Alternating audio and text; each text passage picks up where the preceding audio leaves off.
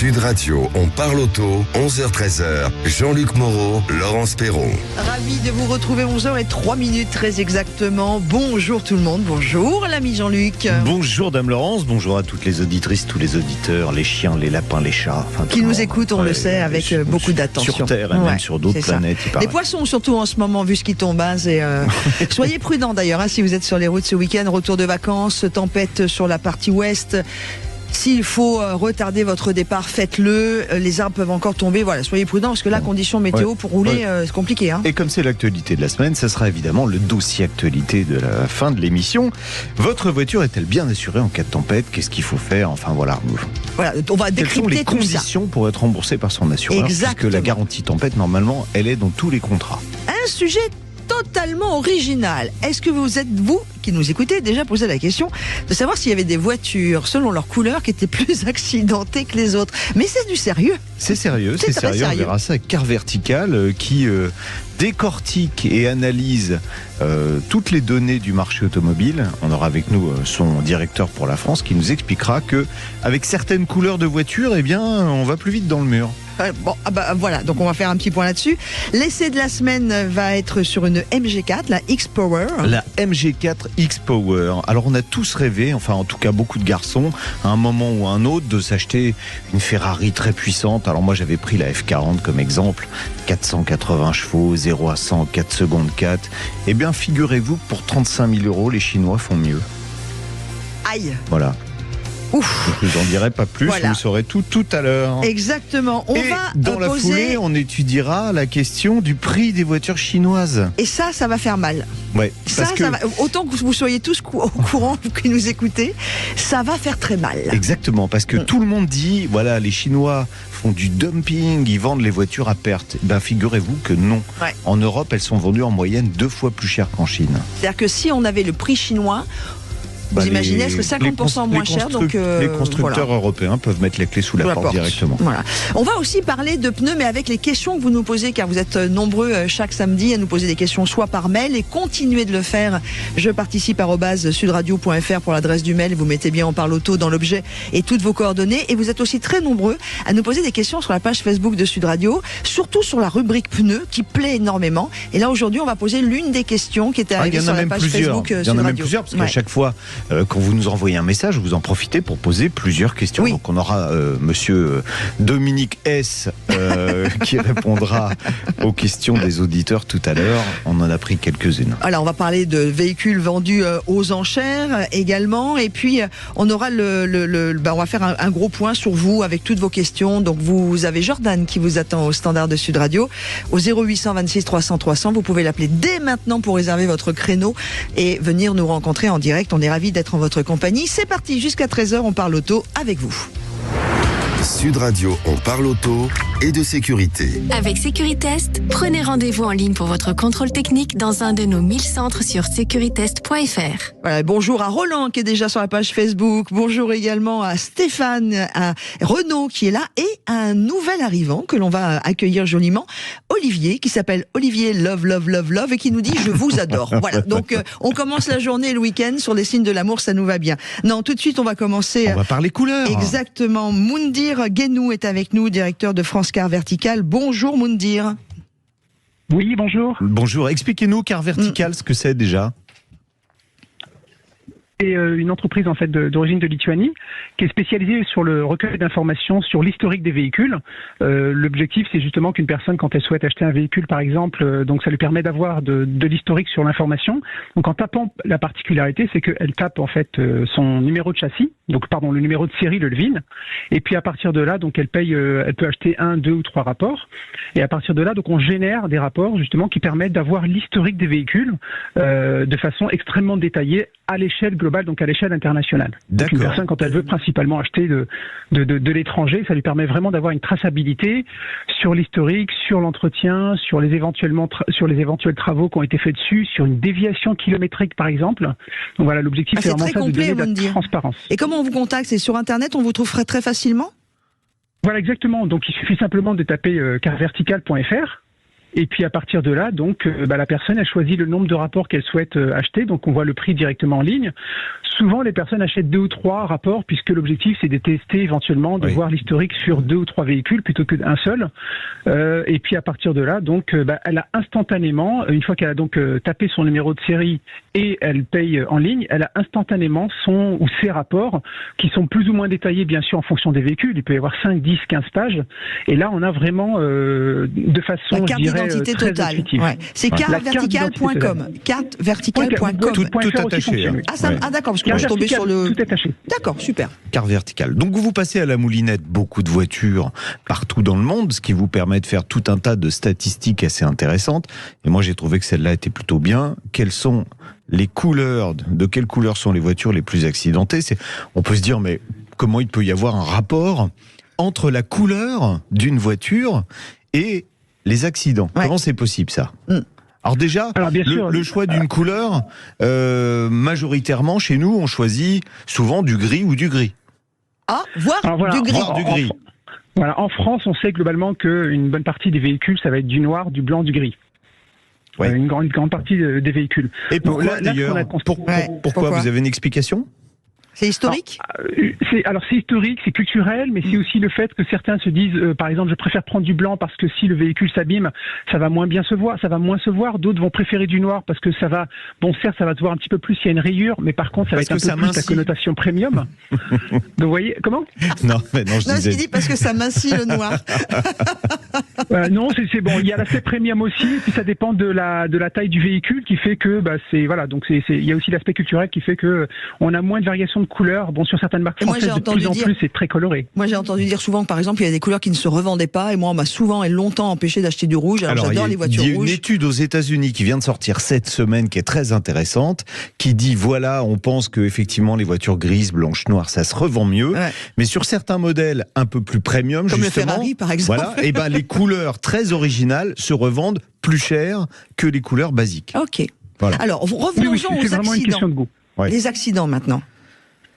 Alors, sur les accidents, ce qu'on a constaté bien sûr en faisant, puisqu'on a actuellement plusieurs centaines un millier de bases de données, de différentes sources de données de véhicules qui nous permettent de traiter, de mouliner, d'utiliser l'intelligence artificielle. Et à partir de là, justement, ça nous permet d'extraire, donc de croiser toutes ces informations-là pour avoir l'information la plus fiable possible aux différentes personnes qui veulent, par exemple, donc télécharger leur rapport. Donc, quelqu'un qui va voir que il y a une déviation, par exemple, la couleur a changé ou le kilométrage n'est pas constant. Donc, on le voit sur les graphiques, par exemple, quand il les télécharge. Ça permet de se dire, alerte, il y a peut-être quelque chose sur mon véhicule, donc je vais faire attention si je l'achète ou même si je veux le valoriser à la vente. Et donc, quand on se pose toutes ces questions-là et parmi, par exemple, les couleurs, effectivement, ce qu'on a pu constater, c'est que le vert arrivait devant, le noir aussi. Alors, vous êtes en train de nous dire qu'avec une voiture verte, on a plus d'accidents? J'en ai eu une un jour, une Rover. Voilà, ce qu'il faut aussi considérer dans le lot, parce que ça reste un échantillon qui est extrêmement représentatif du fait du volume, parce qu'on parle de plusieurs millions de rapports qui sont effectués. Ce qui va jouer aussi énormément, c'est bien sûr le côté peut-être plus premium du véhicule, et de se dire qu'il y a peut-être aussi beaucoup plus de véhicules qui sont noirs et verts, par exemple, où ils sont peut-être plus accidentogènes du fait que ça va être plus un véhicule premium parce qu'on va forcément rouler plus vite. Donc il y a plusieurs facteurs qui peuvent jouer sur ces aspects-là au niveau, je dirais, accidentologie ou déclaration. Alors je dis aussi déclaration, c'est très important. Cet élément-là, c'est super important parce que on se dit que il peut y avoir peut-être des petits véhicules qui sont aussi qui ont eu des accidents, mais un véhicule qui a 3, 4, 5 000 euros, même s'il est vert ou noir, les personnes si elles se disent je vais pas forcément le déclarer, on n'a pas déclarer à leur assurance, d'accord. Mais est-ce que la visibilité, parce qu'il y a des couleurs qu'on voit beaucoup mieux, on sait que les couleurs qui sont les plus visibles, c'est le jaune, c'est le orange. Donc est-ce que ces véhicules-là, qui sont plus visibles, en particulier en ce moment où il fait nuit relativement tôt, est-ce qu'ils ont plus ou moins d'accidents? Est-ce que c'est vrai que, par exemple, avec une voiture jaune, donc les postiers auront moins d'accidents, moins de risques d'accidents qu'avec une voiture noire? Sur certaines couleurs, oui. Par exemple, le rouge, on sait que aujourd'hui, on est plutôt autour des 38% d'accidents, là où le noir, ça va être 46%. D'accord. Oui, donc sur certaines couleurs, on peut en déduire bien sûr que ça peut jouer énormément. Donc après, on sait que les accidents vont peut-être être plus sur certaines routes secondaires ou certaines plus en ville plutôt que sur des grandes routes. Donc là, bien sûr, le fait que le véhicule soit plus visible, ça va forcément jouer. Donc la visibilité du véhicule va jouer aussi sur la quantité d'accidents qu'il peut y avoir par rapport à ces couleurs-là. Alors j'ai été étonné en voyant, parce que je parlais du jaune juste avant dans votre étude, que en fait les voitures jaunes ont beaucoup d'accidents parce que la couleur jaune est beaucoup utilisée sur des voitures de sport. C'est vrai. La plupart des voitures jaunes, bon, on laisse les voitures de la Poste de côté, mais quand on achète une voiture jaune, en général, c'est une livrée qu'on met, je pense à Renault par exemple, sur les Mégane RS, on est en jaune, donc c'est des véhicules qui vont inciter leurs propriétaires à rouler un peu plus vite et donc ils auront plus d'accidents. C'est ça la logique. Voilà, la logique, elle est là effectivement parce qu'on sait que par exemple sur les véhicules jaunes actuellement, on est plutôt autour des 43%, donc ce qui est relativement important. Et quand on regarde en fait la moyenne donc de la puissance, donc on est autour des 175 chevaux en kilowatts, et donc on se rend compte que cette moyenne, donc c'est une moyenne bien sûr, va dire qu'effectivement sur cette catégorie de véhicules avec un niveau relativement important par rapport aux autres couleurs, on sait que la puissance des moteurs est relativement élevée. Donc ça va pas être un véhicule qui va être autour de 60-70 chevaux 70 chevaux réels. Donc ça va pas être une petite citadine par exemple. Donc oui, ça rejoint le fait que ça va être plus un véhicule premium de luxe ou qui a déjà un certain coût puisqu'on peut la corréler directement à la puissance du moteur. D'accord. Moundir Guénou, en conclusion, est-ce qu'on peut faire un hit parade? Alors les couleurs qui ont le plus d'accidents et on descend finalement les couleurs qui ont le moins d'accidents. Alors vous nous avez dit tout à l'heure le vert. Le vert, le noir et le bleu vont avoir je dirais un niveau relativement important. Et puis, bizarrement, par exemple, le rouge qui se voit bien, on est sur la fourchette basse. Le blanc aussi, on est sur une fourchette basse. D'accord. Le beige. Ouais. Voilà, donc là on est sur des fourchettes relativement basses. C'est pareil avec des puissances qui sont déjà un petit peu moins élevées que par exemple le jaune qui va être je dirais en milieu de peloton parmi les top 10. Remarque, ça tombe sous sens. On peut retrouver cette étude sur le site de Car Vertical .com ou .fr je suis pas sûr qu'on puisse l'avoir parce qu'en fait on fait énormément d'études justement à différents niveaux. On va le voir justement, il y a pas mal d'études qui se font, mais par contre ce qui va être vraiment intéressant c'est de pouvoir se dire par rapport à l'ensemble des données qu'on peut avoir, l'objectif pour la personne c'est vraiment d'apporter de la transparence, de l'aider justement à mieux valoriser son véhicule et puis de pouvoir être en mesure de mieux négocier son véhicule quand elle veut acheter ou même quand elle veut le vendre en disant voilà l'ensemble des informations que j'ai pu avoir parce que c'est un véhicule qui peut-être souvent vient d'Allemagne, vient d'Italie, vient d'ailleurs et quand vous tapez d'autres sites pour avoir ce type d'informations, vous les avez par l'immatriculation et donc ça ne permet pas d'avoir les informations historiques des véhicules venant d'étrangers. Là où Car Vertical, vous avez une traçabilité globale puisque le numéro de série du véhicule c'est comme notre numéro de sécurité sociale. Il ne change pas, peu importe le véhicule où il se trouve. D'accord. En tout cas, on aura l'occasion d'en reparler. Oui, et puis rendez-vous donc sur le site de carvertical.fr ou .com. N'hésitez pas à aller voir tout ce qu'ils font. Et merci beaucoup de vos explications, Moundir Guénou, claires. Même si ce petit sujet sur les voitures, en fait, qui peut paraître comme ça un peu léger, ne l'est pas tant que ça. Vous avez une voiture bleue, Laurence. Oui, j'ai une voiture bleue, moi. C'est la fin. Bon. Non, mais bleu marine. Ouais. Elle est bleu foncé, la mienne. J'ai encore pire. Allez, on y va. C'est encore pire. Merci à vous. On a quelqu'un sur Facebook qui disait qu'elle avait une voiture jaune citron et du coup sur le parking il voyait qu'elle. Allez, à tout de suite. Eh bien, on va vous accueillir. Renaud va être avec nous au 0826 300 300. Question auditeur à suivre sur Sud Radio.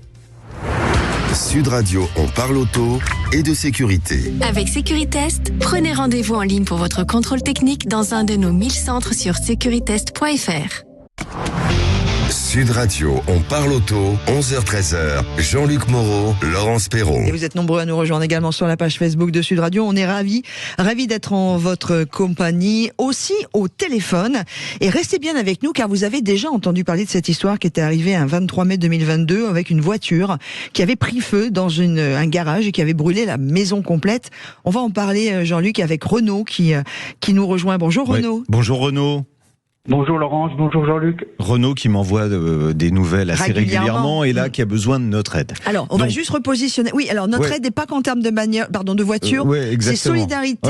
Voilà, on va voir. Alors on va Renaud, réexpliquez-nous pour tous ceux qui ne nous avaient pas suivis, qui vont d'ailleurs sortir un cahier copié 100 fois, je dois écouter tous les week-ends. Renaud, on compte sur vous de façon assez succincte pour qu'on puisse vraiment expliquer après et prendre le temps de ce que vous avez besoin. Alors voilà, donc dans la nuit, comme vous l'avez dit, du 23 mai, la voiture Dacia Spring de ma maman a pris feu dans le garage, alors qu'elle était en charge. Aux dernières nouvelles, il semblerait que ça puisse venir de la batterie auxiliaire ou alors d'un problème au niveau du tableau de bord. Pour le moment, et vu l'état des dégâts, personne ne pourra dire exactement l'origine du feu. Enfin, C'était où voilà, donc C'était où, Renaud? c'était à côté de Narbonne, un petit village à Vinasson, à côté de Narbonne. D'accord. Donc la voiture a brûlé totalement, la maison aussi. a brûlé totalement. C'est Donc ça. votre maman se retrouve à la rue complètement. Sans rien. Exactement, voilà, on a Et les sauvé assu- quelques vêtements. Voilà. Et les assurances, comme d'habitude, se font tirer l'oreille pour rembourser. On est d'accord? C'est plus, oui, voilà, et comme en plus c'est encore au tribunal, donc Oui. voilà. C'était quand même, on va le rappeler, hein, ça fait plus d'un an, Ouais, c'est ça, mai 2022. mai 2022. Ouais, ouais. Donc votre maman, Comment elle va d'ailleurs psychologiquement elle là? habite où en ce Ouais. moment, votre maman? Alors moi j'ai eu la chance de pouvoir lui trouver un appartement meublé, donc ce qui nous a permis un peu de respirer. Alors là, je vous dis, question morale en ce moment, et vu la période de l'année, c'est pas ça. Ouais.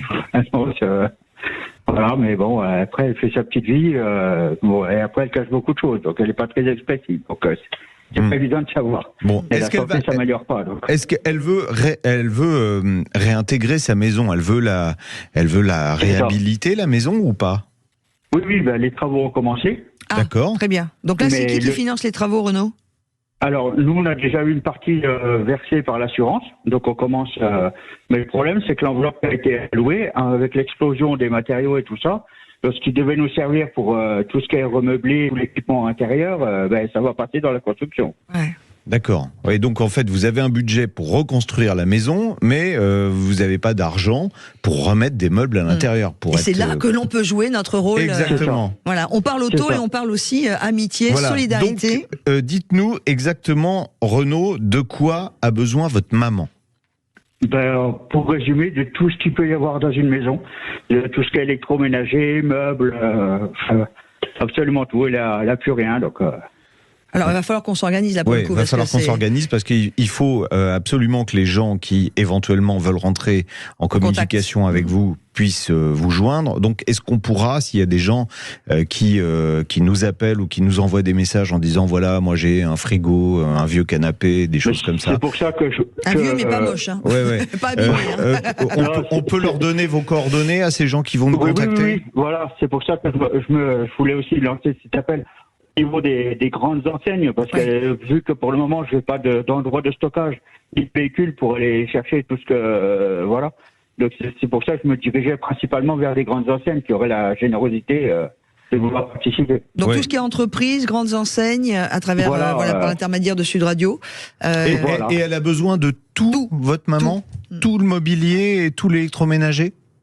À l'heure actuelle, oui, parce que là c'est un meublé, donc du coup, à part qu'est-ce qu'il lui Ah reste, oui. un sèche-cheveux, mais bon. Ah oui, sèche-cheveux pour faire la cuisine, c'est pas pratique. Mais et du coup, les meubles et tout ça, là, si on a des enseignes sympas, des chefs d'entreprise, ou même des particuliers qui, voilà, ont des choses en très bon état et veulent vous les donner, à partir de quand vous allez pouvoir faire rentrer tout ça dans la nouvelle maison? Enfin, C'est ça le problème, c'est que normalement ça devrait se faire, d'après ce qu'on m'a dit, s'il n'y a pas de retard, au mois de septembre. L'entrée, voilà, je vois un peu large. vous avez septembre dit à l'année la fin de l'été. prochaine? Septembre, oui, 2024. Oui. Ah oui, donc on est très en avance là.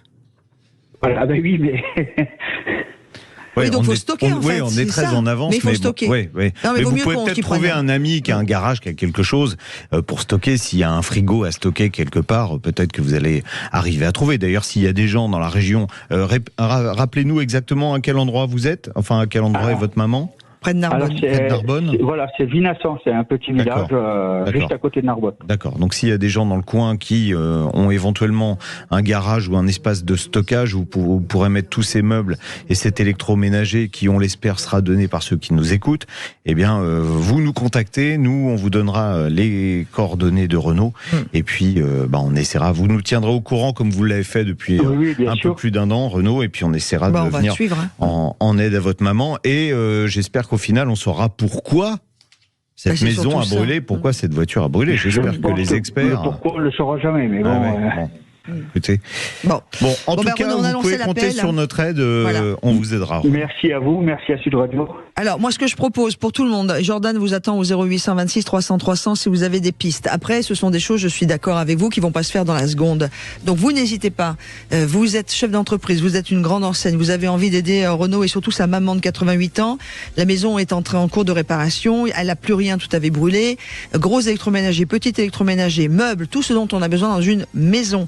Vous nous écrivez à jeparticipe@sudradio.fr et vous mettez bien dans l'objet de votre mail on parle auto, aide Renault ou aide meuble ou aide Renault, solidarité. R-E-N-A-U-D, le prénom, c'est pas le prénom, Renault, voilà. Renault et sa maman. Et nous on va on va checker tous les mails et puis on va essayer de s'organiser et puis vous aider. On vous embrasse très fort Renault et un bisou à votre maman. Merci à vous, merci à Sud Radio encore. Voilà, il y a Sullivan qui nous dit sur la page Facebook de Sud Radio, super initiative d'entraide, bravo à Sud Radio, bravo aussi à vous sur la page Facebook de Sud Radio. On peut démontrer que cette humanité peut être belle au lieu de se taper dessus dans tous les sens. Allez, on va continuer notre rendez-vous et dans quelques instants, c'est l'essai de la semaine. Ouais, XX. un essai X. Ouais, mais on parle bien voiture là. Ouais. Allez, à tout de suite.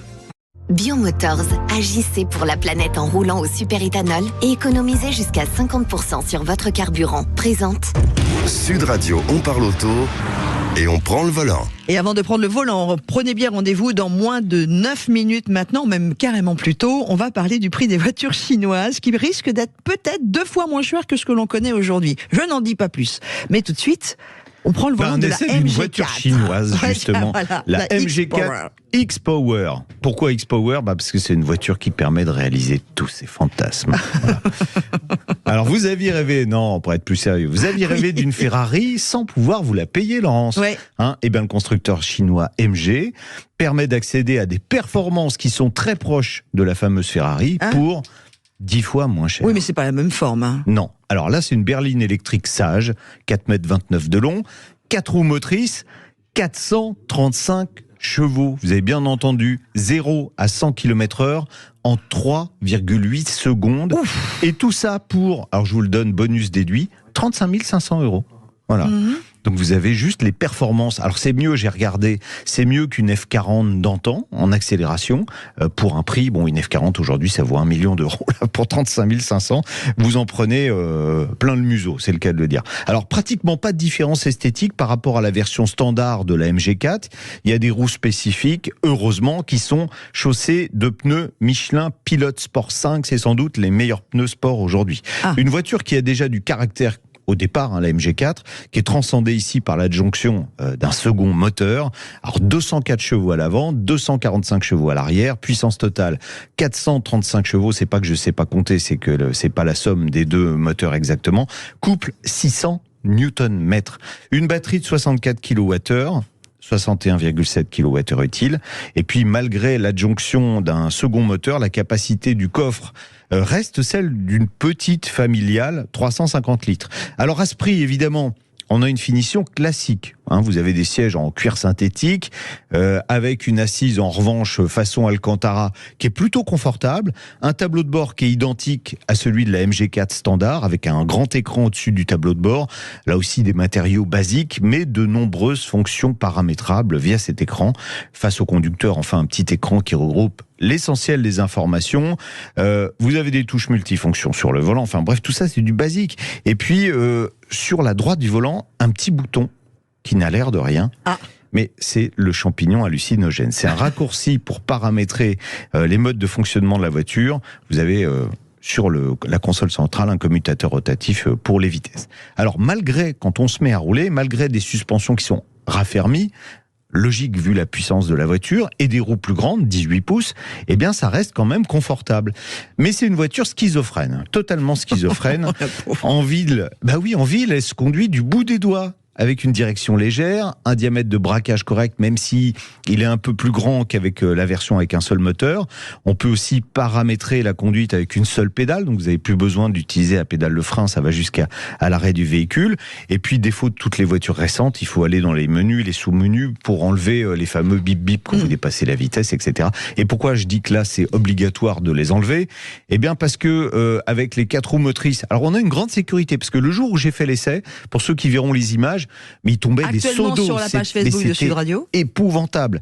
Et il a plu pendant tout l'essai, et avec les 4 roues motrices, pas une seule amorce de glissade. Et pourtant, quand vous accélérez à fond, alors quand vous accélérez à fond en mode sport, vous avez la puissance totale, 435 chevaux, ou quand vous êtes en mode normal, si vous accélérez à fond, vous avez les 435 chevaux, ou si vous êtes en mode snow, alors vous n'avez pas les 435 chevaux, c'est le mode neige, mais vous avez les 4 roues motrices. Et pourquoi vous disiez qu'elle était schizophrène, excusez-moi ? Parce que d'un côté, vous avez la gentille petite voiture très classique, vous mettez votre grand-mère dedans, elle est capable de rouler avec. Et de l'autre côté, vous écrasez l'accélérateur, et il n'y a pas une Porsche et une Ferrari au feu rouge qui va rivaliser avec vous, d'autant plus si c'est mouillé. C'est un truc de dingue. Avec les 600 Nm de couple instantanément, on a un véhicule de 1800 kg. Alors on se dit, quand on va arriver dans les virages, ça va être terrible, machin, tout ça.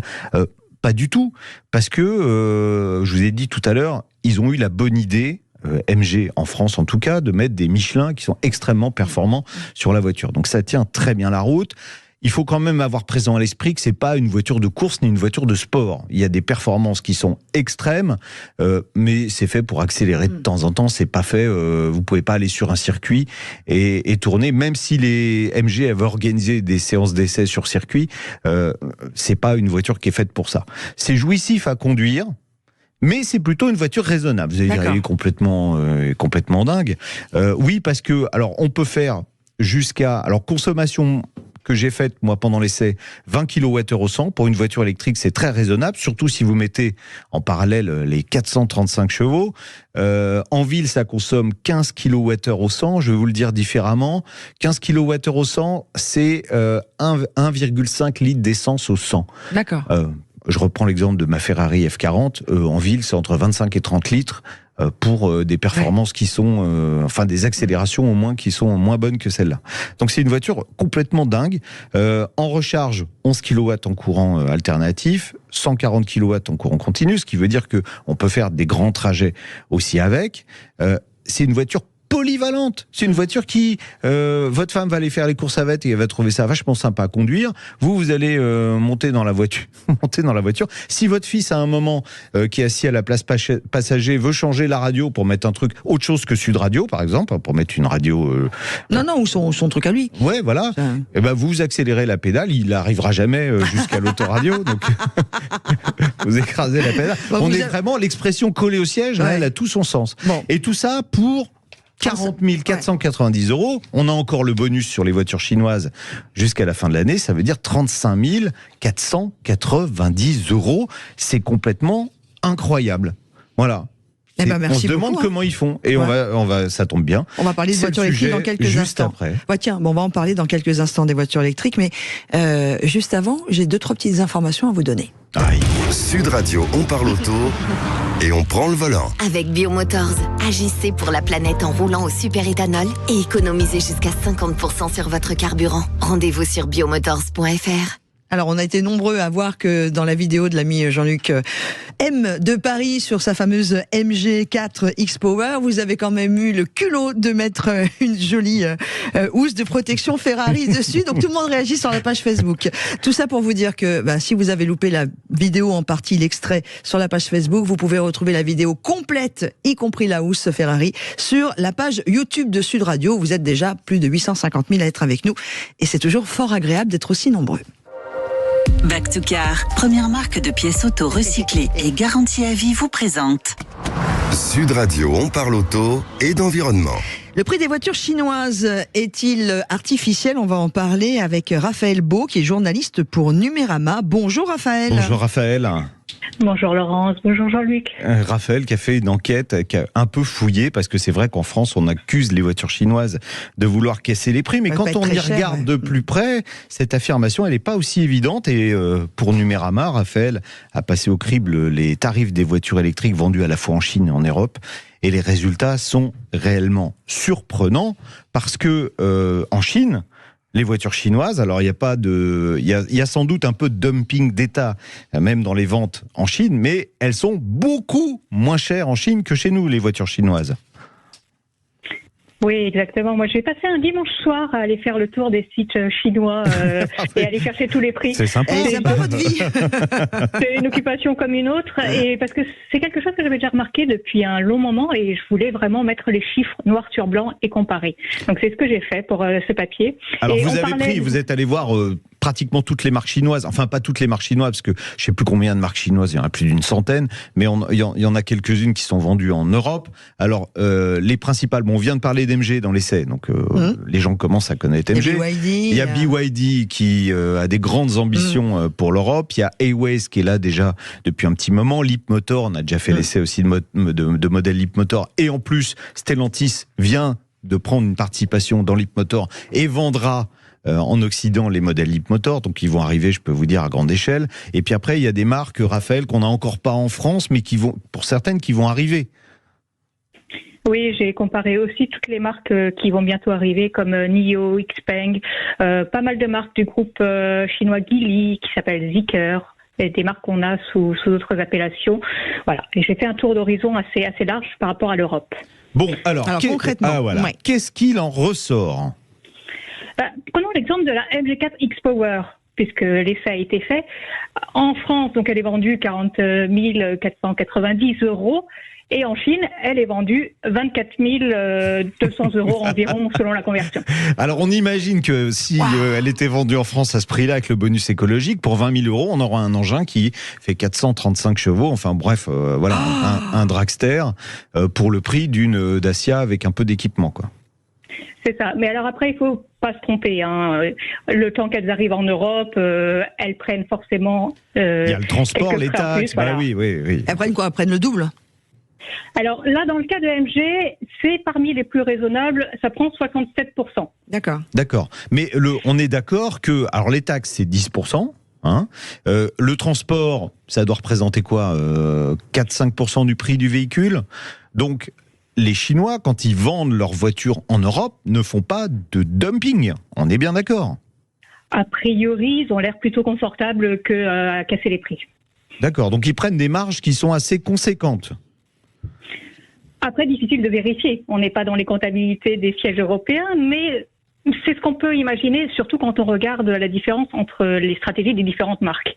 C'est-à-dire que autant AMG est pas trop gourmand entre la Chine et la France, autant BYD ou une marque qui s'appelle Aura l'est largement plus. D'accord. Eux, ils multiplient par combien ? Alors, BYD, ce que j'avais remarqué, c'est que les prix font x2. D'accord. Et Aura sont à 2,5. La raison, c'est quoi ? Est-ce qu'ils... Alors, ils veulent pas faire de dumping commercial, ils veulent faire des profits, et surtout, est-ce que c'est pas plutôt l'idée de se dire, si on vend pas assez cher, c'est la pub Renault, pas assez cher mon fils, quoi, si on vend pas assez cher, ça va décrédibiliser, je vais y arriver. Vous avez déjà le nez pris, mais là maintenant, la diction aussi. En fait, concrètement, ils se sont juste positionnés par rapport à la concurrence française, comme le font toutes les marques. C'est-à-dire que Stellantis se positionne par rapport à Renault, qui se positionne par rapport à Volkswagen et qui se positionne par rapport à toutes ces marques-là. Donc les marques chinoises ont fait exactement la même chose en attaquant le marché européen. Ils se sont mis au même niveau que la concurrence, parfois juste un peu en dessous, histoire de dire quand même, mais pas toujours. Ils ont essayé de valoriser comme ça. Est-ce que on parle vrai sur Sud Radio, il n'y a pas une histoire aussi de politique entre les pays, c'est-à-dire que l'Europe ou la France, ou enfin on va parler de l'Europe, a un peu interdit aux Chinois de vendre à des prix bas ces véhicules chez nous parce qu'ils savaient très bien que ça pouvait faire exploser les marchés. Est-ce qu'on est sûr qu'il n'y ait pas quelque chose comme ça dans les contrats? Vous voyez ce que je veux dire?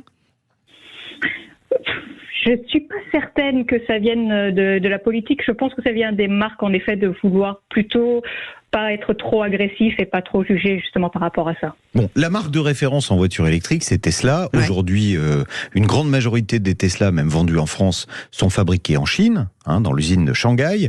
Est-ce que Tesla pratique la même politique? C'est-à-dire, est-ce que les voitures sont vendues 2 fois moins chères en Chine qu'elles ne sont vendues en Europe?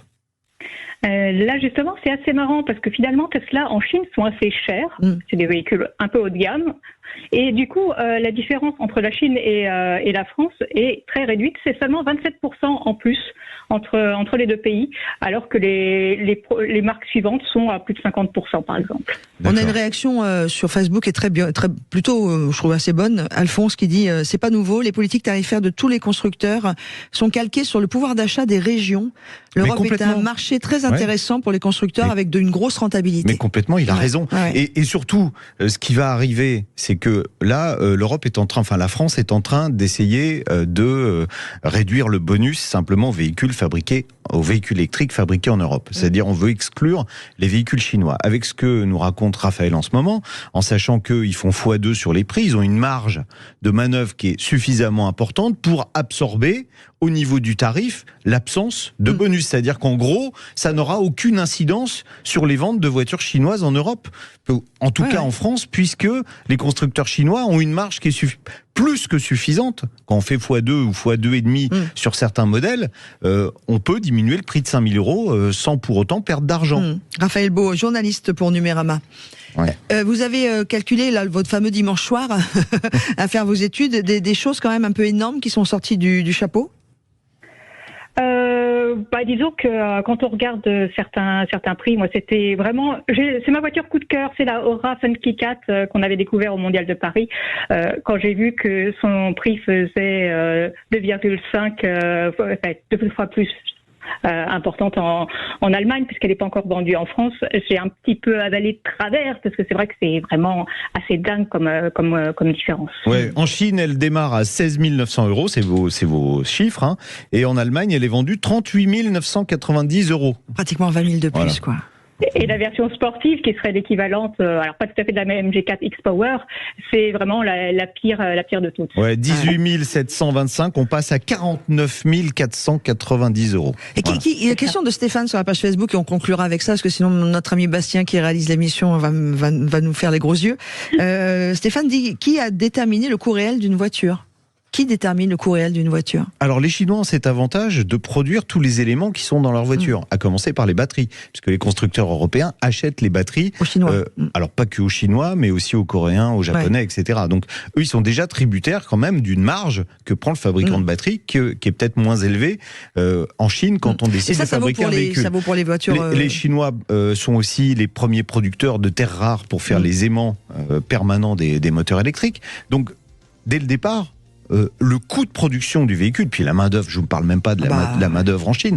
Donc déjà, le véhicule d'un constructeur chinois, il va être au moins 2,5 fois moins cher. Ça vaut pour les voitures électriques. Je pense que Stéphane pose la question d'une façon générale, y compris pour les thermiques.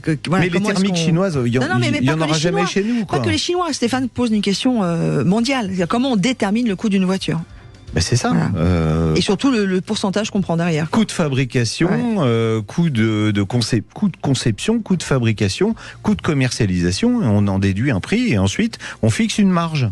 Voilà. C'est comme ça que ça se fait. Plus ou moins grosse selon le succès en plus de la voiture. Merci beaucoup à Raphaël. Merci Raphaël. Donc vous pouvez aller sur le site Numérama si vous voulez voir l'étude complète. Ça vous donnera des frissons et c'est pas rassurant pour l'avenir des constructeurs occidentaux malheureusement. Allez, dans quelques instants, nous allons continuer de vous donner la parole et c'est Chris qui a composé le 0826 300 300 que nous allons rejoindre. Sud Radio, on parle auto et d'environnement. Présenté par Back to Car, première marque de pièces auto recyclées et garantie à vie.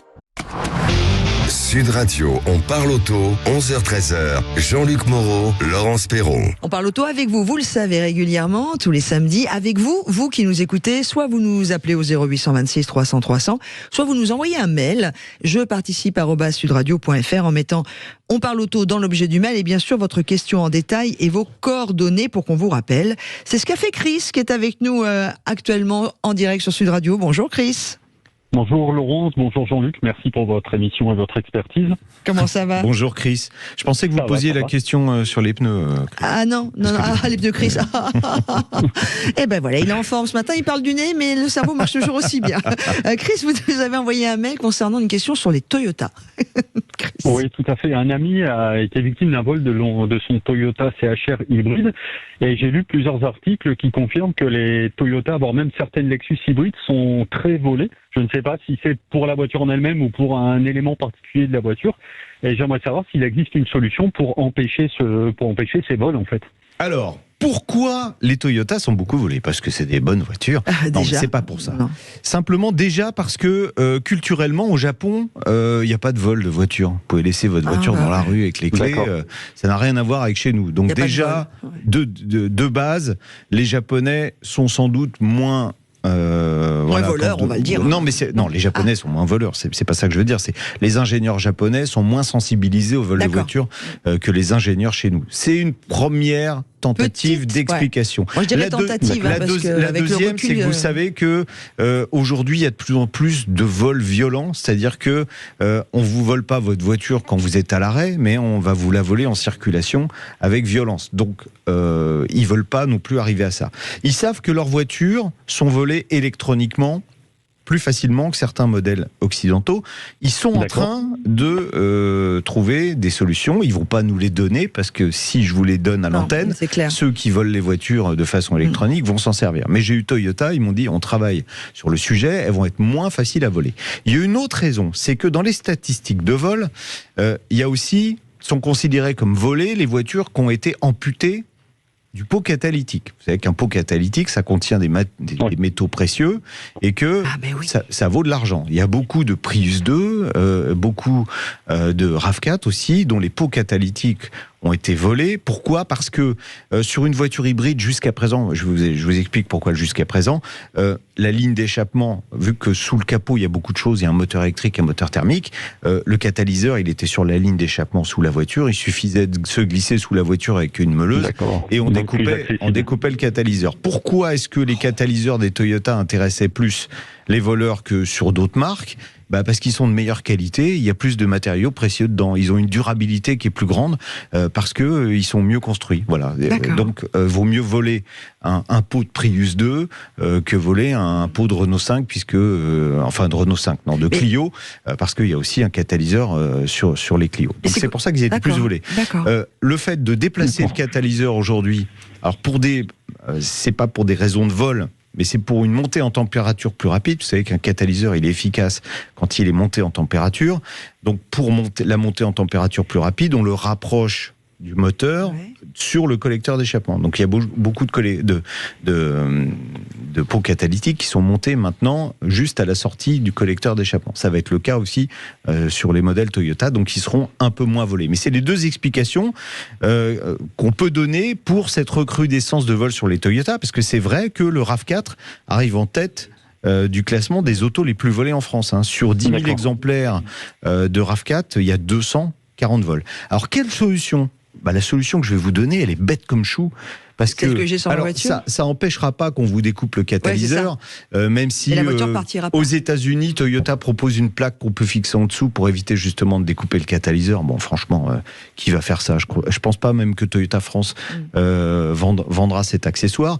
Mais en tout cas, pour éviter le vol du véhicule, puisqu'aujourd'hui les voleurs, ils arrivent avec un ordinateur ou des appareils électroniques, vous mettez tout simplement un antivol mécanique, et puis là ils l'ont dans le baba. Si vous mettez une bonne vieille canne... Une vieille caisse sur le volant. Une bonne vieille canne sur le volant ou qui bloque le levier, qu'on puisse pas changer les rapports, ils passeront à une autre voiture, ils voleront pas la vôtre. Et acheter une bonne canne. Ça vaut vraiment pas cher, mais ça va être le retour des antivols mécaniques. Mais moi je trouve que c'est très bien. Moi je me suis fait voler ma DS en 2020, pendant le confinement, devant la maison, ma petite DS3. Depuis j'ai une canne sur ma voiture. Et ça marche très bien. Ça marche très bien. Ça marche très bien. Ça reste efficace, d'accord. Ça reste efficace. Il paraît que Toyota va installer un deuxième système anti-démarrage en parallèle. Vous avez entendu parler de ça ? Ça, c'est l'ami Alphonse. Toyota que j'ai eu au téléphone cette semaine pour parler de ça, m'a dit on a une solution qui arrive, mais maintenant on va pas vous dire ce que c'est. Alors rapidement, on a Stéphane toujours qui dit pourquoi les Toyota couinent beaucoup au niveau des freins. Vous savez pourquoi ? Alors c'est lié en général à la composition des plaquettes de frein, mais toutes les voitures aujourd'hui ont des plaquettes métalliques. Les voitures japonaises avaient tendance à plus couiner parce qu'ils ont eu plutôt que nous des plaquettes 100% métalliques. D'accord. Moi C'est une des explications. Moi, elles couinent pas particulièrement, les miennes. Eh ben, merci beaucoup. Merci, Chris. Merci beaucoup. On arrive à l'actu. Merci à vous. Mais continuez, faites comme Chris. Vous avez une question, vous la posez au 0826 300 300. Vous nous écrivez je participe @sudradio.fr. À suivre le retour de l'actualité. Et puis, on parlera pneus, tiens. Et on restera aussi sur les questions sur les pneus des voitures électriques. À tout de suite. Sud Radio, on parle auto, 11h-13h. Jean-Luc Moreau, Laurence Perron. Ravi de vous retrouver évidemment pour cette deuxième heure qui va nous permettre d'évoquer les pneus, une vente aux enchères. On va aussi vous donner la parole au 0826 300 300. Et puis on va parler d'assurance de votre véhicule en cas de tempête. Ça c'est important, l'ami Jean-Luc, parce que vu ce qui se passe depuis 2-3 jours et demain aussi, et c'est pas fini. C'est pas fini. Donc si un arbre est tombé sur votre voiture, qu'est-ce que vous devez faire? Est-ce que vous êtes bien assuré? Est-ce que la vitesse du vent était suffisante pour que votre assureur prenne en compte cette petite vicissitude de la vie, Joliment dit. Oui, voilà. Vous avez moult mots nouveaux ce matin. Cela est fort agréable. Et vous l'avez compris. Allez, on vous attend vous aussi. Sur la page Facebook Sud Radio, vous êtes nombreux à nous retrouver. C'est toujours un bonheur de vous voir échanger entre vous. Et puis au 0826 300 300, je vous attends tout de suite. Si vous avez des questions à poser ce matin, n'hésitez pas. Prenez rendez-vous instantanément. Le syndicat du pneu, les spécialistes du pneu au service de votre sécurité sur la route, présente Sud Radio, on parle auto. Parlons pneus, parlons bien.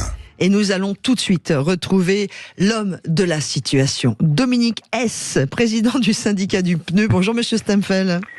Bonjour Laurence P. Bonjour Jean-Luc M. Et nous allons aussi bonjour Dominique. Et on va retrouver Dom qui est avec nous au 0826 300 300. Et nous allons commencer par la question de Dom. C'est Dominique, j'imagine. Bonjour Dom. Oui, bonjour, c'est Dominique H. Oui, parce que dans mon mail, j'avais mis... Très bien. Dans mon mail, j'avais mis Dominique S parce que je ne savais pas bien comment écrire Steinfeld. Steinfeld, c'est très simple. Mais alors, on vous écoute Dominique sur votre question, puisqu'on aura la personne qu'il faut pour y répondre. Il y a plusieurs questions. Plusieurs questions, donc c'est 100 € par question. Voilà, c'est une par une. On répète. Dominique, c'est 100 € par question, ouais. Moi, je vais raccrocher alors. Donc. Non, en fait, ma question, c'est suite à une enquête que j'ai vue passer sur les pneus, l'usure des pneus des voitures électriques qui sont forcément plus lourdes, qui ont des pneus plus grands, plus larges, enfin bon bref, et qui apparemment feraient que 28 000 km. Dans l'enquête, c'est même marqué 551 jours, 28 000 km, alors qu'une voiture thermique ferait 38 000 km. Enfin, une différence de 10 000 km. Et aussi un prix plus élevé de 238 € en moyenne par pneu pour une voiture électrique au lieu de 150 €. Et donc je me dis, ça fait quand même un coût énorme. Et en plus, il y a aussi le fait que plus le pneu s'use, plus on va on émet de particules, bah oui, évidemment. Plus on émet de particules, oui, forcément, oui. Ouais. Donc ça va pas dans le bon sens. Ouais. Alors, question par question. Oui. Dominique Stemfel. Bon, déjà, peut-être, Dominique, il y a des voitures électriques, l'essai du jour l'a prouvé, il y a des voitures électriques qui sont équipées de pneus normaux, enfin de pneus adaptés à tous les types de véhicules, qui ne sont pas spécifiques à l'électrique, et il y a des pneus qui sont spécifiques aux véhicules électriques. Il faut peut-être faire le distinguo déjà sur l'usure des pneumatiques dans ces deux cas. C'est effectivement la remarque que je voulais faire en préambule. Il y a deux voies qui sont utilisées par les manufacturiers.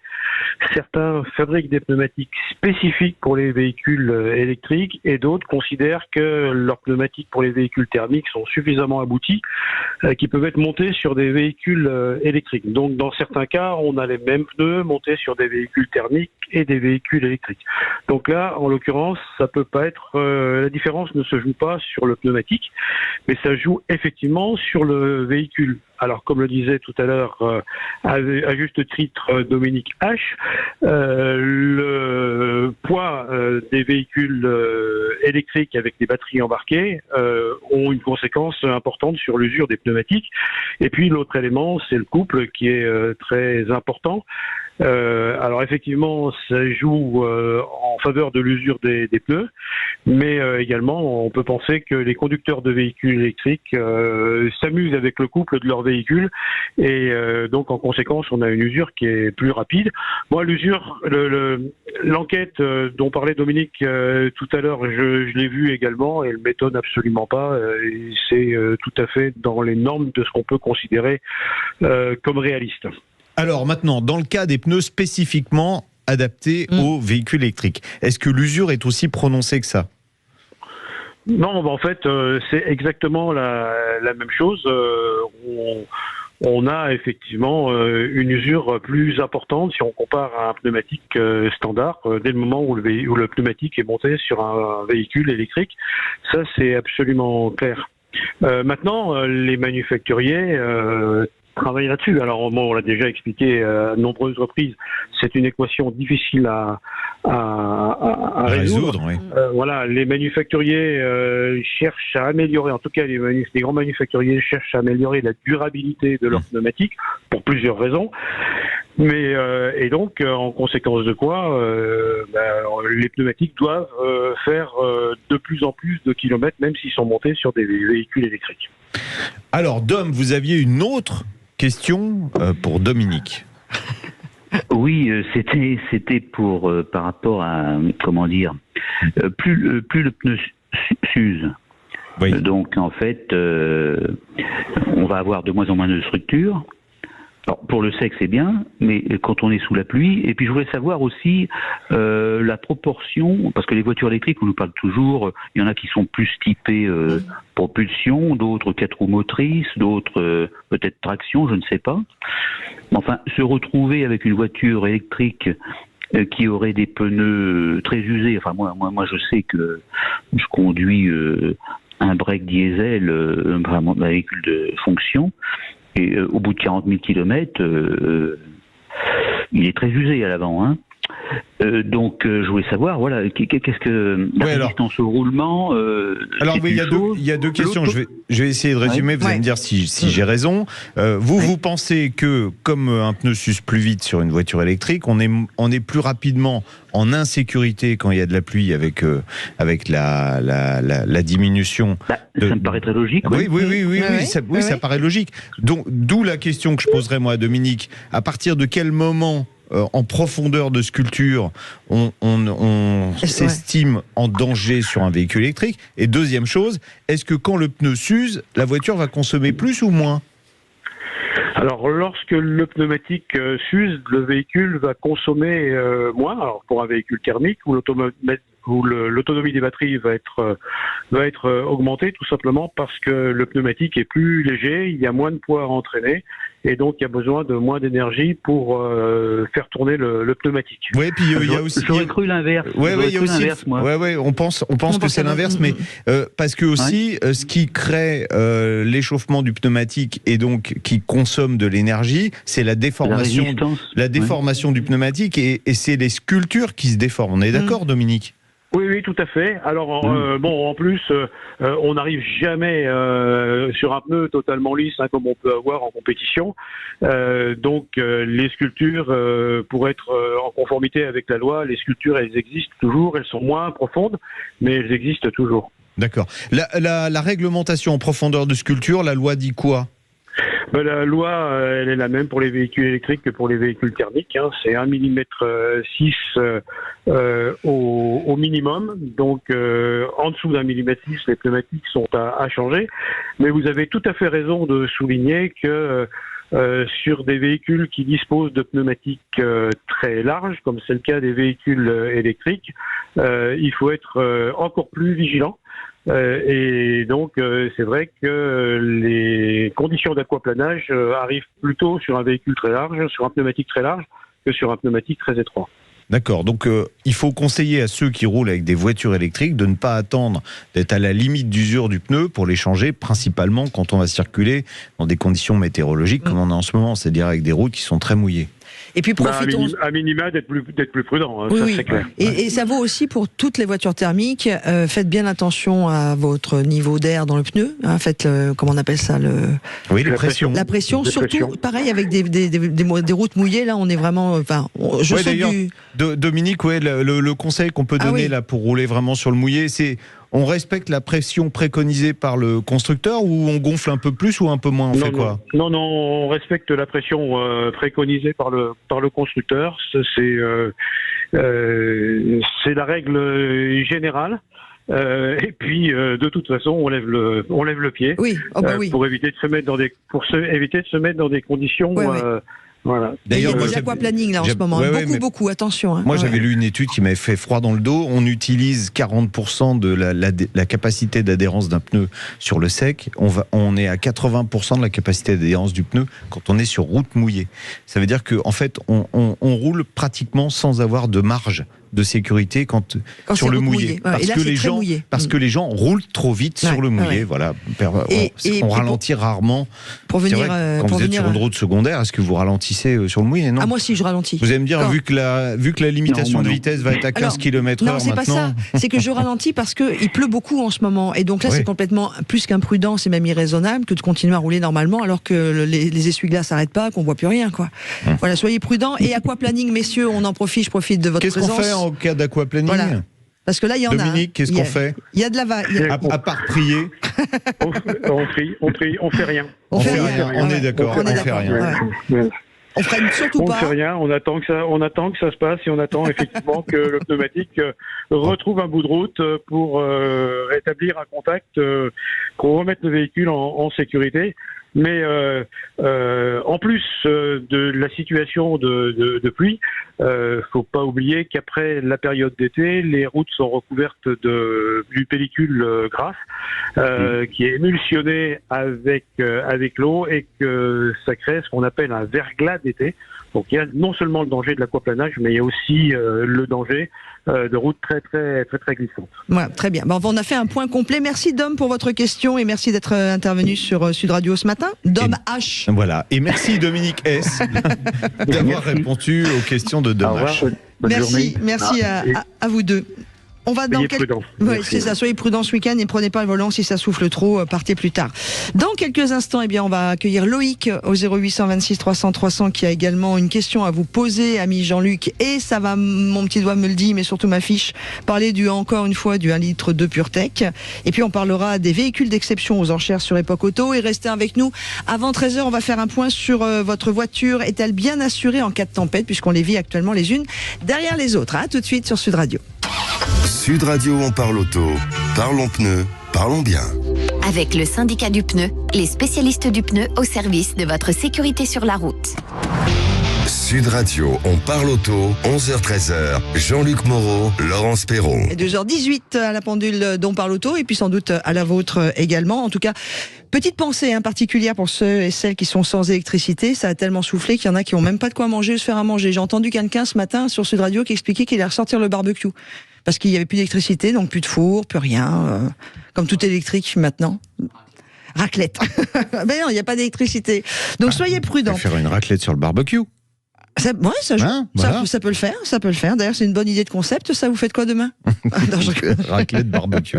Allez, 0826 300 300. Vous nous rejoignez pour poser vos questions également. Juste avant de parler de véhicules d'exception qui vont être vendus aux enchères, c'est Loïc que l'on accueille. Bonjour Loïc.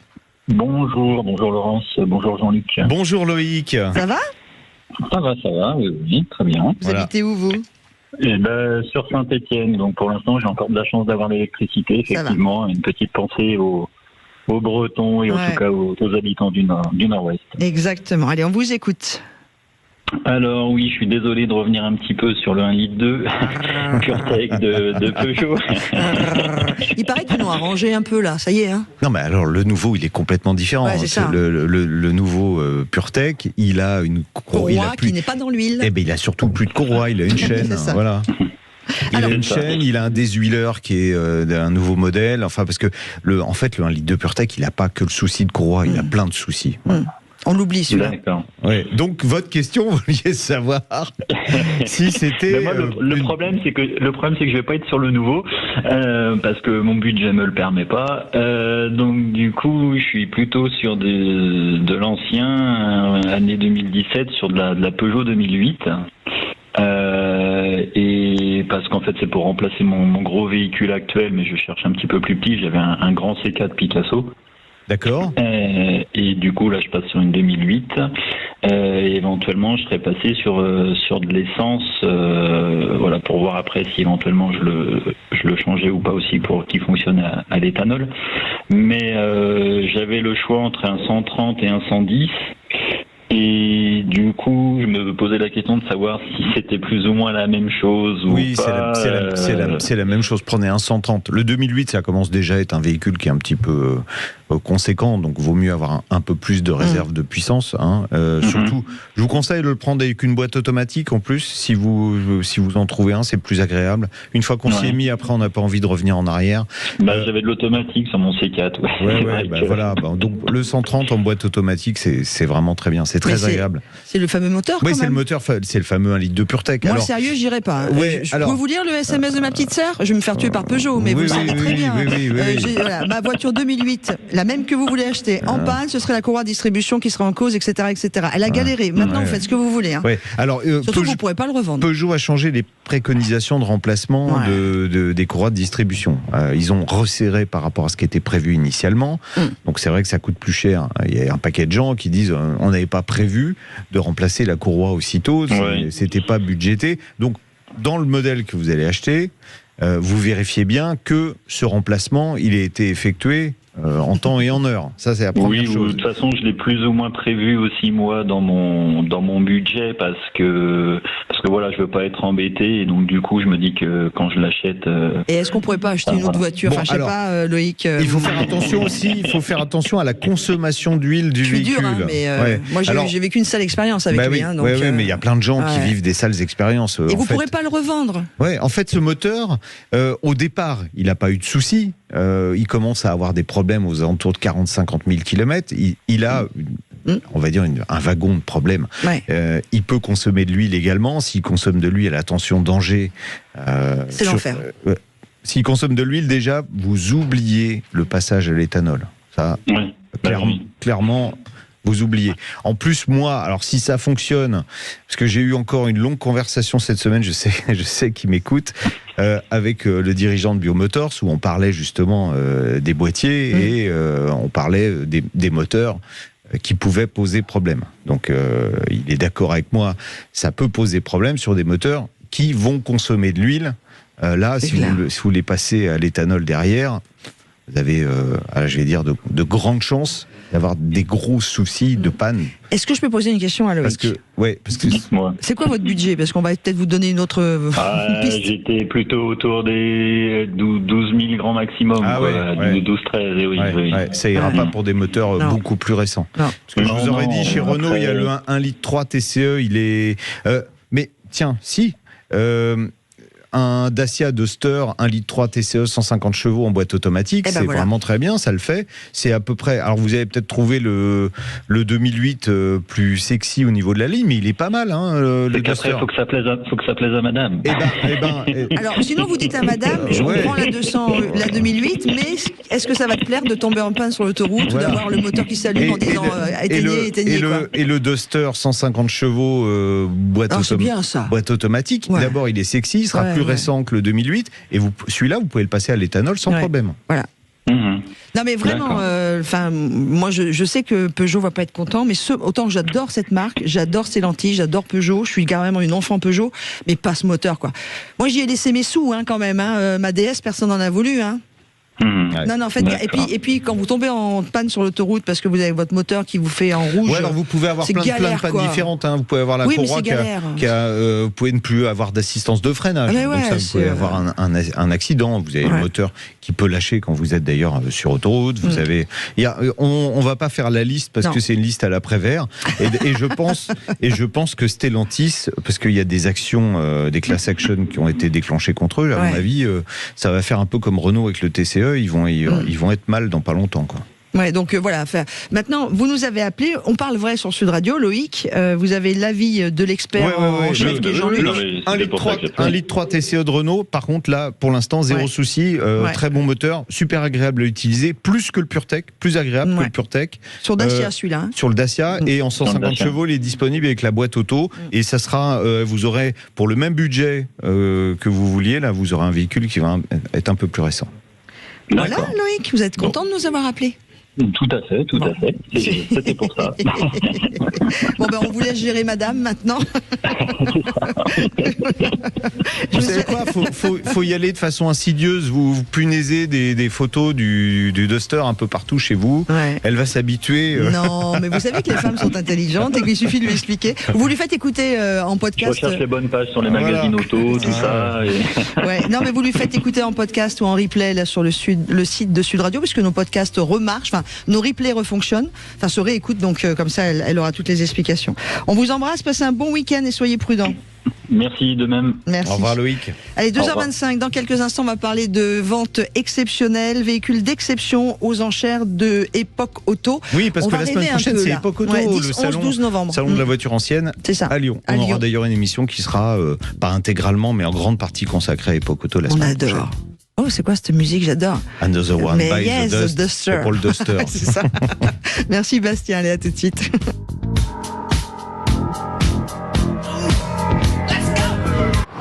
Sud Radio, on parle auto, Classic Cars. Restez avec nous car vous le savez, avant 13h, nous allons évoquer les assurances en cas de tempête puisque nous vivons une période très tempétueuse et pas qu'au niveau de la politique géomondiale, mais aussi au niveau de la météo. Comment votre véhicule est assuré en cas de tempête? Ce sera le dossier actualité qu'on vous proposera aux alentours de 12h40. Mais pour l'heure, on va parler de véhicules d'exception. Stéphane Pavot, bonjour. Bonjour à tous. Bonjour Stéphane, responsable automobile de collection chez Osna Motor Cars, donc maison de vente aux enchères, et on va parler d'Epoch Auto. Epoch Auto qui ouvre la semaine prochaine. Il y aura 2 ventes.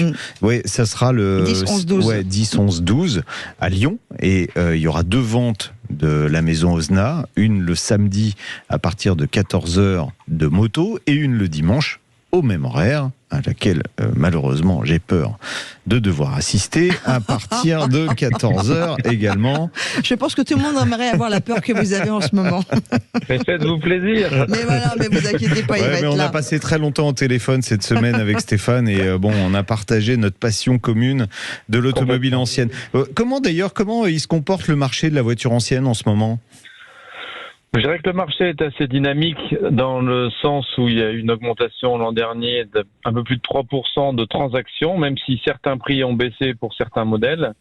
Mais les transactions ont toujours lieu, donc c'est pas un marché sclérosé, bien au contraire, c'est toujours un marché avec un placement financier intéressant et surtout rempli de passionnés, c'est ce qui est le plus important. Ouais. On a le sentiment quand même, quand on regarde, là il y a 70 voitures, on parlera des motos après, 70 voitures qui seront mises en vente la semaine prochaine. Quand je vois les estimations de prix, je me dis, bon, chouette, à ce prix-là, vous m'en mettez 10. Ça, c'est le prix de départ. C'est très bas, c'est quoi? C'est pour attirer le chaland que vous avez mis des prix d'estimation très bas? Est-ce que vraiment le marché s'est tassé à ce point-là au niveau prix? Non, les prix sont des prix effectivement attractifs. C'est une mise à prix, une mise de départ. Après, le jeu des enchères fait le reste et on a généralement des très belles surprises suite à différentes batailles d'enchères. Mais Stéphane Pavot, moi j'ai une question à poser aux 2 spécialistes que vous êtes, vous et Jean-Luc. Comment une voiture se retrouve plus en vente aux enchères? Qu'est-ce qui se passe? Pourquoi celle-ci va être sélectionnée au-delà d'une problématique, d'une prise par l'État, etc. par rapport aux ventes que l'on trouve aussi un peu partout sur Internet ou dans les journaux spécialisés? Vends ma Ferrari, vends ma Jaguar, etc. Pourquoi ces voitures-là sont chez vous? Alors pour la vente aux enchères d'Epoch Auto, c'est une vente qui a lieu une fois par an, donc pour réunir cette vente, il faut à peu près 1 an pour trouver toutes les voitures et toutes les motos et tous les objets dédiés à l'automobile. C'est une vente qui se prépare longtemps à l'avance. Il y a une très grande sélection qui est effectuée parce qu'on refuse énormément de voitures. Mais il faut que la voiture soit rare, il faut qu'elle ait un pédigré, il faut qu'elle soit maximum authentique. Et à palmarès pour des voitures de compétition, oui. C'est des voitures vraiment très sélectionnées. Bon, alors là, l'intérêt, moi je vais me mettre du côté du vendeur, l'intérêt de vendre sa voiture aux enchères, c'est que si elle intéresse plusieurs, on va les appeler clients en même temps, ils vont faire monter les enchères. Vous pouvez peut-être en tirer un prix supérieur à ce qui serait si vous achetiez la voiture dans une annonce toute bête. Maintenant, le revers de la médaille, là on va bien être d'accord Stéphane, c'est que les 2 ventes de la semaine prochaine sont sans prix de réserve. Expliquez-nous déjà ce que c'est qu'un prix de réserve. Alors un prix de réserve, c'est un prix en dessous duquel l'objet n'est pas vendu si ce prix n'est pas atteint. D'accord. Donc il faut que le prix de réserve soit atteint pour être vendu. Là, en l'occurrence, il n'y a pas de prix de réserve. Mais à l'heure d'aujourd'hui, je dirais que ça change pas grand-chose parce que lorsqu'on a un bon produit, une belle auto avec pédigré, à un prix tout à fait raisonnable, à un prix du marché, en général, qu'il y ait une réserve ou pas de réserve, ça change pas grand-chose. Ça attire peut-être plus de monde le fait qu'il n'y ait pas de réserve, mais au final, le résultat reste le même. C'est un résultat de vente publique. Quel type de voiture il va y avoir? Faites-nous rêver un peu. Ah bah alors justement, il y en a pour tous les goûts. C'est très éclectique nos ventes et on s'y attache. Tous les goûts et tous les goûts, exactement. Ça va de la Renault 1901, donc une très très belle Renault Type D qui a couru plusieurs fois le rallye le plus emblématique des ancêtres, qui est le London Brighton. Donc ça, c'est une auto très intéressante. Et ça va jusqu'à des voitures plus modernes comme une Rolls-Royce Corniche 5. Alors je ne sais plus l'année exacte, je crois que c'est 2000. Attendez, je vais vous dire ça. 2000, voilà. D'accord. Donc ça va, on recouvre un siècle d'automobile. Pendant cette vente. Ouais. Alors il y a des véhicules aussi très rares. Alors moi je la trouve pas particulièrement belle. Il y a une MG Metro 6R4 qui est une voiture de course, mais qui peut rouler sur la route. D'accord. Alors c'est une groupe B, effectivement, c'est une auto qui est quand même intéressante puisqu'il y a très peu de véhicules en groupe B qui sont en vente aujourd'hui, parce que les 3/4 sont dans des musées ou dans des collections privées. Et elle a la particularité, celle-ci, effectivement, d'être immatriculée. Donc vous pouvez rouler sur la route avec la voiture, aller chercher votre pain le week-end avec cette auto. Oui. Mais vous l'avez aussi avec les Marcadier. On a une très belle petite collection de Marcadier, donc une marque qui est très peu connue, une marque lyonnaise, et avec donc des véhicules qui sont des petites barquettes de course. Et vous avez également une immatriculation pour vous promener le week-end avec cette voiture. Ouais. On a quelques images pour ceux qui ont la chance de nous regarder sur la page Facebook ou qui nous regarderont sur la chaîne YouTube de Sud Radio. Il y a une belle Mercedes 300S coupée de 1953 qui était l'ex-voiture du roi Hussein de Jordanie. Comment on arrive à trouver des trésors comme ça pour les mettre dans une vente aux enchères? C'est un particulier qui avait cette voiture, si c'est pas confidentiel. Hein. Non, tout à fait, c'était un particulier. C'est une auto effectivement très intéressante, très rare, dans un état exceptionnel. C'était ce qui se faisait de mieux à l'époque chez Mercedes, et puisqu'elle a été commandée effectivement par le roi Hussein de Jordanie. 1953 l'année, hein. Je l'ai dit, exactement. Je crois d'ailleurs.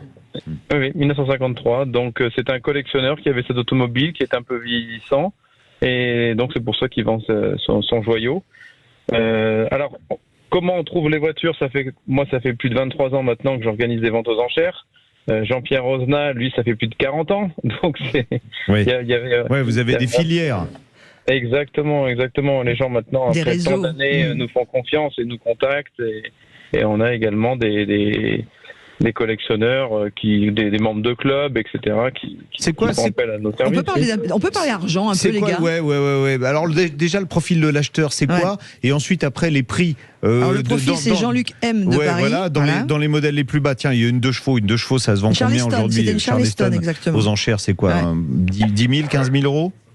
Alors, c'est un peu monté maintenant, les 2 chevaux. Il y a quand même eu un regain d'intérêt depuis quelques années, parce qu'on a tous un souvenir dans une 2 chevaux. Il y a un côté nostalgique et un achat coup de cœur aussi dans nos ventes. Aujourd'hui, une 2 chevaux en version Charleston, c'est plutôt entre 15 et 20 000. Oui, quand même. Je trouve que c'était un placement intéressant pour ceux qui les ont achetés il y a 10 ans ou 15 ans. La plus chère que vous ayez vendue, par exemple, sur le millésime 2022, l'année dernière? Alors, le plus cher l'année dernière, on a vendu on a vendu une Mura, mais c'était juste après le post-Covid, donc c'était peut-être il y a 2 ans. Sinon, il y a une Bugatti qui avait fait 1,3 million. D'accord. Oui, c'est dans les prix les plus chers qu'on ait réalisés. D'accord. Donc, et bon, alors il y a des motos aussi. J'en ai parlé. Il y a 50 types de motos. Alors là, c'est pareil. Il y a de tout. Ça démarre de la mobilette bleue, ça va jusqu'à la grosse Harley Davidson. J'ai vu la Peugeot pour tous les prix. J'ai vu la Peugeot, la 103. Oui, excellent, ça rappelle notre adolescence, ça. Pour conclure, malheureusement, parce que ça se termine, Stéphane Pavot. Comment on voit les catalogues sur le site d'Ozna? Vous allez sur le site Ozna, O-S-E-N-A-T. Voilà, commencez avec un O, O-S-E-N-A-T. Vous avez tous nos lots. Et pour conclure, est-ce que la vente sur Époque Auto qui va se tenir à Lyon les 10, 11 et 12 novembre prochains est ouverte au grand public ou non? Ça va être en huis clos? Non, alors il faut bien sûr payer son entrée au salon, mais après c'est entrée libre pour tout le monde dans le salon même, et il y a quand même 80 000 mètres carrés dédiés à l'automobile. Oh là là, le plus grand salon en Europe. On va commencer par se faire plaisir déjà, allez voir tout ça. Merci beaucoup. Je vous en prie, bonne journée à vous. Merci Stéphane. Bonne journée à vous. À bientôt, au revoir. Et bonne Époque Auto Lyon 2023 à partir du 10 novembre prochain. Allez, dans quelques instants, ça va tous nous concerner. Votre voiture est-elle bien assurée en cas de tempête?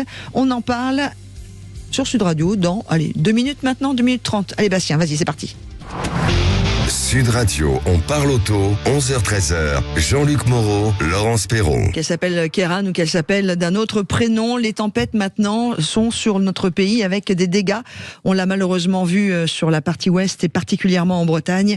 Votre voiture est-elle bien assurée en cas de tempête, que ce soit celle que l'on vit en ce moment ou la future qui arrivera peut-être chez vous? Bonjour Cédric Ménager. Bonjour. Bonjour Cédric Ménager. Vous allez bien? Très très bien, merci. Et vous? CEO des Furets. Chief Executive Officer. On a eu un petit peu ça nous a soufflé un petit peu dans les oreilles cette semaine, et encore même nous, en région parisienne. Enfin vous aussi Oui, moi je suis sur une colline tout en haut et là ça souffle fort. Ouais. Moi je suis partie me promener à Beaune pour une raison que je ne vous dirai pas. Ouais, d'accord. Enfin, vous avez compris, un petit peu. Du côté de la Bourgogne, il n'y a pas eu un pet de vent. Et vous Cédric, vous êtes où?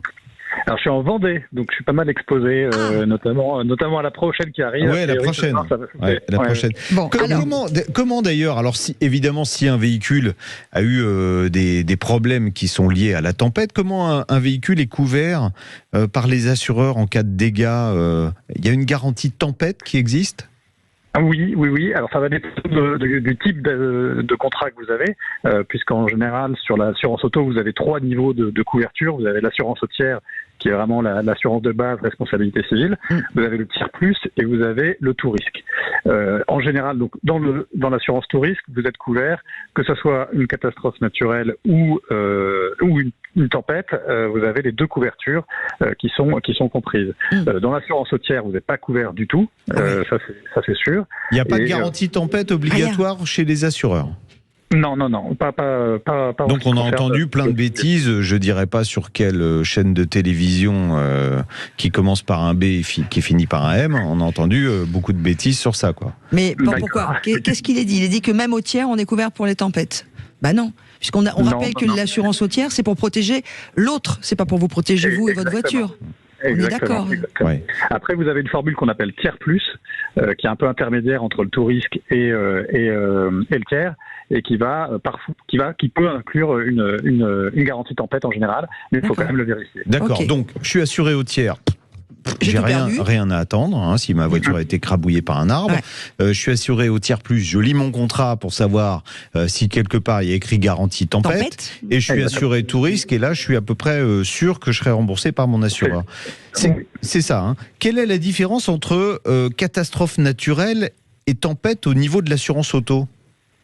Alors, au niveau de l'assurance, on va dire que le but de remboursement va être le même. Par contre, évidemment, la catastrophe naturelle, ça veut dire qu'il y a une déclaration officielle des autorités prises par un certain nombre de ministères qui vont déclarer avec une publication au journal officiel l'état de catastrophe naturelle. Et donc là, on a un certain temps pour faire sa déclaration qui est de l'ordre de 10 jours et qui peut aller jusqu'à 30 jours. S'il n'y a pas de déclaration officielle, vous avez toujours, notamment si vous êtes assuré tout risque, la couverture tempête, et là vous pouvez être couvert également. Vous avez 5 jours par contre uniquement pour faire la déclaration, donc il faut être assez réactif.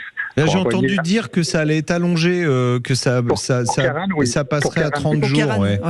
Pour Kéran, oui, les assureurs ont vraiment réagi de façon, on va dire, très responsable, puisqu'ils ont en effet indiqué qu'ils allaient accepter des déclarations jusqu'à 30 jours. Ça tombe sous le sens, en fait. Ça tombe sous le sens qu'il y a des gens qui n'ont pas d'électricité, qui n'ont plus rien du tout. Donc comment voulez-vous qu'ils pensent à prévenir leur assurance? Ils sont déjà en mode survie, entre guillemets. Donc non, c'est très bien, c'est très bien. Il va y avoir beaucoup de déclarations en plus, donc pour les assureurs aussi, il va falloir qu'ils puissent absorber le flux qui va être très important. En plus, oui, et puis il va falloir que les voitures soient expertisées également, et donc là, ça va bouchonner au niveau des experts encore un coup. D'ailleurs, Cédric Ménager, vous qui êtes CEO, donc on va dire en gros directeur des Furets, est-ce que dans les assurances, il est déjà prévu de les mettre automatiquement, parce qu'on sait qu'en termes de conditions météorologiques et climatiques, il y a de gros changements et on va avoir de plus en plus ce genre d'événements. Est-ce qu'il y a une réflexion qui est menée là-dessus ? Pas que je sache, mais de toute façon, il y a une réflexion de façon générale chez les assureurs, puisque les coûts liés aux catastrophes naturelles augmentent d'année en année, et donc l'équilibre économique va être mis en question à un moment donné. Donc il y a une réflexion plus large de toute façon. Ouais. Cédric, on a compris que dans certains cas, là, ça allait passer en catastrophe naturelle. Le président de la République l'a annoncé hier. Mais si c'est pas catastrophe naturelle et que c'est que la tempête, j'ai entendu que pour des vents inférieurs à 100 km/h, on ne serait pas indemnisé. Est-ce que c'est vrai ou pas vrai ? Ça peut être vrai, ça peut être vrai, puisque la définition d'une tempête pour les assureurs, il y a quelques conditions, et une d'entre elles, c'est que le vent doit avoir soufflé à plus de 100 km/h. D'autres conditions, c'est aussi que la tempête doit toucher un périmètre assez important. Là, c'était le cas, donc c'est pas. Voilà, là, il n'y a pas de souci. En fait, c'est une histoire de normes. Il faut que ça rentre dans des normes. Comment on peut prouver l'intensité du vent à l'endroit où on habitait ? Par exemple, chez moi, ça soufflait plus fort que 2 km en contrebas. Donc comment je fais ? C'est Météo France qui va donner les trucs. Exactement. Vous avez des certificats météo que vous pouvez demander à Météo France et qui va permettre d'apporter la preuve qu'il y a eu un vent fort. Après, vous pouvez éventuellement aussi faire appel à la mairie qui va pouvoir aussi vous donner un certificat. Mais le mieux et le plus simple, c'est d'avoir le Météo France et le certificat météo. Donc si ma voiture est écrasée par un arbre qui est tombé avec un vent de 90 km/h, je suis pas assuré alors ? A priori, non. Sauf si on est touriste, après ça. Oui, touriste, c'est différent. Voilà. Là, je parle il y a une réaction d'Alphonse qui est très très très présent ce matin, on le remercie, sur les pages Facebook de Sud Radio, qui dit il va falloir nous adapter parce que les assurances vont pas suivre longtemps. Est-ce que, Cédric Ménager, vous qui vous occupez des Furets, c'est quelque chose qu'on peut craindre ? C'est-à-dire que vu ce qui se passe partout, à tout niveau, etc., à un moment ou à un autre, on peut ne plus jamais avoir d'assurance. Elles vont mourir économiquement et ça va être assez dramatique. Alors, je pense que on n'en est pas là encore, on n'en est pas là. Je pense que ce qui va se passer forcément, c'est par contre une augmentation des primes d'assurance. Ça, on le voit déjà sur aussi bien sur l'auto que sur l'habitation, mais sur l'auto en particulier. Et puis, on va avoir des cas où peut-être qu'il y aura des refus d'assurer, mais ça va être très très limité. Et je pense sur l'automobile est peut-être moins à risque que l'habitation. Que l'habitation, les délais d'indemnisation, parce que si on a sa voiture écrabouillée par un arbre et qu'on en a besoin pour aller travailler, il faut pouvoir en racheter un véhicule rapidement. C'est quoi aujourd'hui ? Et est-ce que ça va être accéléré après les tempêtes exceptionnelles qu'on est en train de vivre ? Oui, alors la norme c'est dans les 30 jours. C'est assez rapide quand même. Il y a des assurances qui ont pris le devant. Là, j'ai vu qu'il y avait une assurance qui avait déjà fait des avances de 1 500 € pour que les personnes puissent parer au plus pressé pour acheter un vélo à ce prix-là. Non, mais après, si on est bien assuré, après c'est une histoire de coût malheureusement et d'argent, mais on a le prêt. Et généralement, l'assurance prête une voiture. Un temps donné selon le contrat qu'on a. Prêter à tous les gens qui ont des véhicules qui ont été abîmés. C'est sûr, ça c'est sûr. Bon, en tout cas, merci beaucoup Cédric Ménager. Eh bien, je vous en prie, merci à vous. D'avoir été clair avec nous et bon courage pour la tempête qui arrive sur vous en Vendée et vous nous tenez au courant. J'espère que tout va aller bien pour vous. Ah, ça coupe. Merci, déjà, on va, ça y est, c'est la tempête. CEO-des-Furets.com.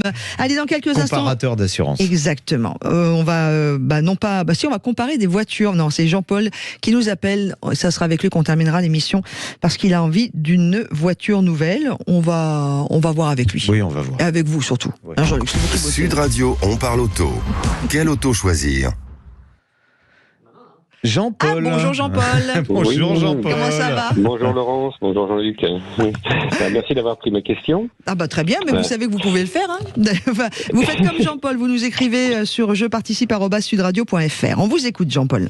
Voilà, donc comme j'avais envoyé dans le mail, en fait, on souhaite changer de voiture. Là, actuellement, on a un Grandland X en LLD, d'ailleurs que Jean-Luc m'avait conseillé sur notre radio il y a quelques années. Oui. j'avais eu un loyer très très peu cher en fait. Opel, donc pour ceux qui connaissent pas encore le nom de toutes les voitures, donc un Opel Grandland, d'accord, vous voulez le changer pour un véhicule à peu près de même catégorie? Voilà, tout à fait. Ouais, bon, en privilégiant en fait le confort, la fiabilité, et puis qui dure de longtemps, parce que je pense pas que on va opter à nouveau pour une LLD, une LOA, parce que bon, d'après ce que vous disiez sur les différentes émissions, on disait que ça valait pas trop le coup en ce moment. Bon, vu que les loyers, j'ai fait un petit sondage, effectivement, c'est très onéreux.